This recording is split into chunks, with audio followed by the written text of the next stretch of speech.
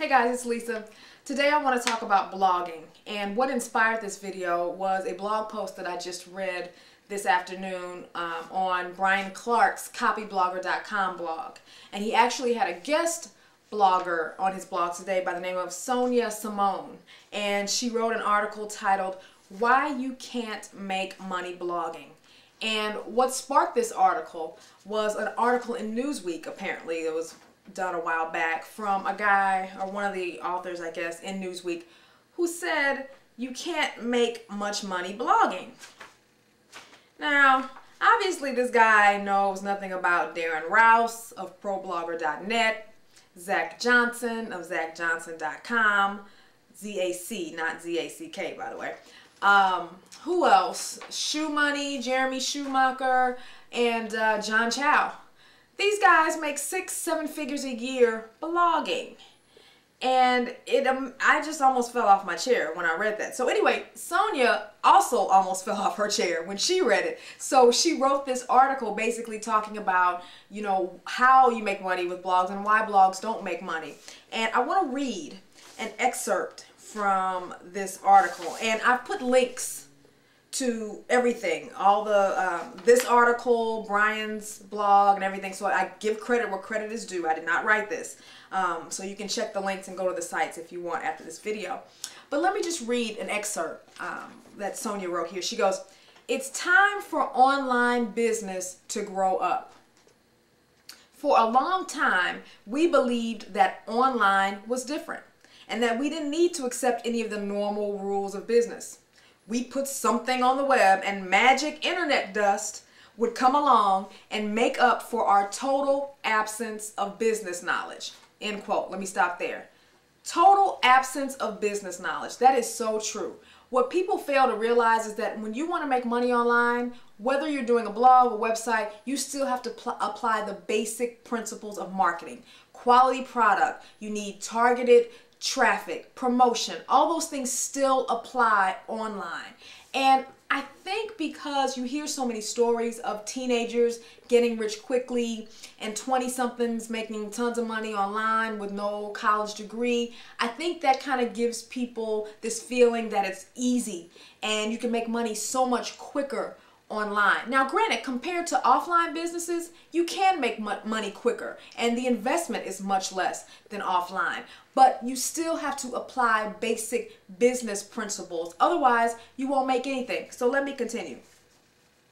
That sort of worked for a while, and what she's saying here is that back in the day you could create like a one-page website and get it ranked in the popular search engines, get some traffic, promote something on that page and make money. And there were tons of people doing that. In fact, I was one of them. I was capitalizing on those days, you know, back 10, 11 years ago. But times have changed. The engines have gotten a lot more selective at who gets ranked, and, you know, so times have changed. So basically what she was saying is that sort of worked for a while, but it doesn't work now. If you don't have a solid understanding of who your market is, how they'll find you, and what problems you solve for them, it's now leap and the floor will appear. Provide value. Solve actual problems. Uncover what's bugging people and fix it for them.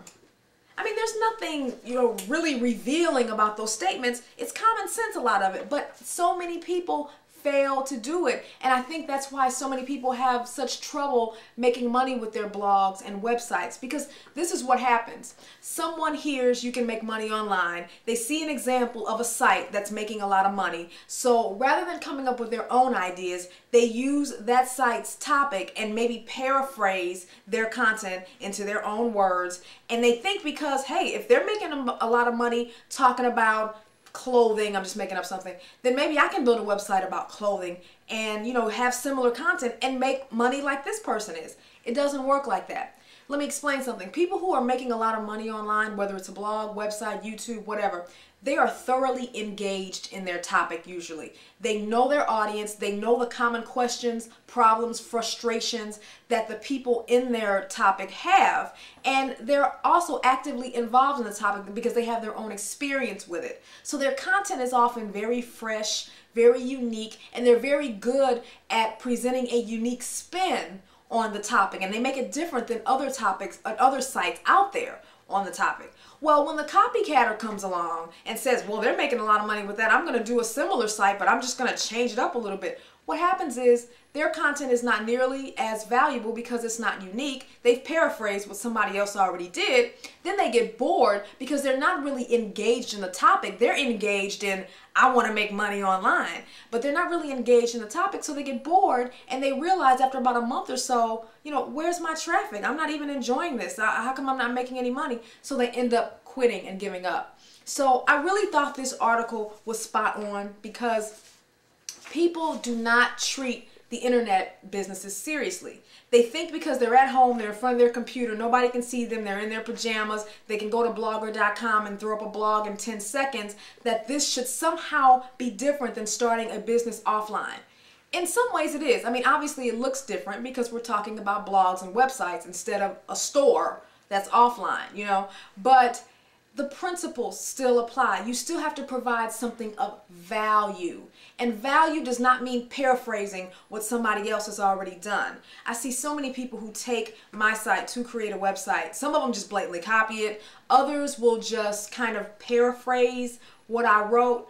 But they never see success because number one, if they're copying, the search engines are gonna penalize them anyway. But number two, when you're not really involved in the topic, when you don't have your own unique experiences that you enjoy writing about to bring to the table, you're going to get bored. So rather than copying what somebody else has done, think of something that you enjoy, that you are good at, or something that you like talking about, and develop a site on your own experiences. And understand, people do not just come to websites just because you launch them. You have to promote them. You have to understand the basic business model of having a quality product. And you're saying, wait a minute, product? I have a blog. I don't have a product. Your blog is your product. Your blog's content is your product. And it has to be quality. You have to put work into developing that content so people will want to read it and come back and subscribe and bookmark.